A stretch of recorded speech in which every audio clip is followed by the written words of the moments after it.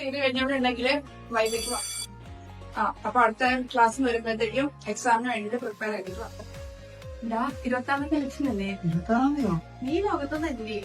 ഇനിയിപ്പോ ഇലക്ഷനൊക്കെ ചോദിച്ചാൽ കുറെ പേരെ വോട്ട് ചെയ്തിട്ട് എന്റെ പൊന്നളി വോട്ടെന്ന് പറയുന്നത് ഒരു പൗരന്റെ മൗലിക അവകാശമാണ്. അതെന്തായാലും നമ്മൾ ചെയ്യണം. എല്ലാം കഴിക്കണ്ടേ? കൈ കഴുകാൻ പോകാം.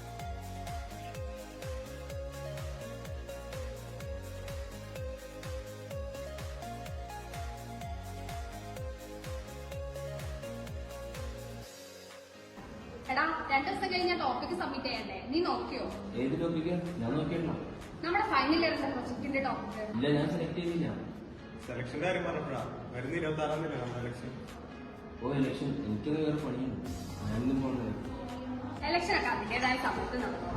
നമുക്കിപ്പോ ടോപ്പിക് സെറ്റ് ആക്കാം.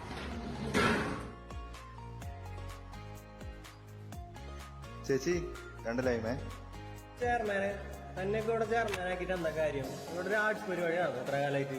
ഒന്ന് മതിയാക്കടാ. 26-ാം തീയതി നടക്കാൻ പോകുന്ന ഇലക്ഷൻ ഒന്ന് കഴിഞ്ഞോട്ടെ. 27-ാം തീയതി എല്ലാം ശരിയാക്കാം. എന്താടാ എവിടെ നോക്കിയാലേ ഇലക്ഷൻ ഇലക്ഷൻ ടൈമല്ല. പിന്നെ ഇലക്ഷനെ പറ്റി സംസാരിക്കുന്നത് പോണം. പിന്നെ വോട്ട് ചെയ്യേണ്ട അവകാശമല്ലേ?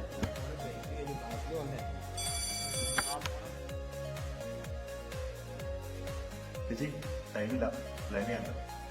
Sir, students are asking about area summarization. What's your opinion? Which date they are asking? 14 to 20, if possible.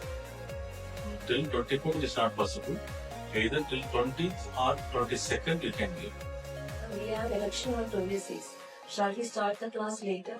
No, madam. Actually, 27th onwards we are having arts festival. So before that, some arguments we have to. So better 22nd or 20th. So finally we can fix that date itself. Yes, sir. That we get done.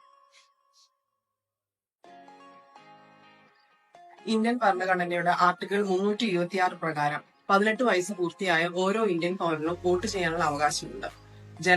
ജനങ്ങളാൽ ജനങ്ങൾക്കു വേണ്ടി എന്ന ജനാധിപത്യ പ്രക്രിയയിൽ അധിഷ്ഠിതമായ നമ്മുടെ ഭരണഘടനയിൽ ഓരോ വോട്ടും വിലയേറിയതാണ്. അതിനാൽ നിങ്ങളുടെ ഓരോ വോട്ടും രേഖപ്പെടുത്തുക.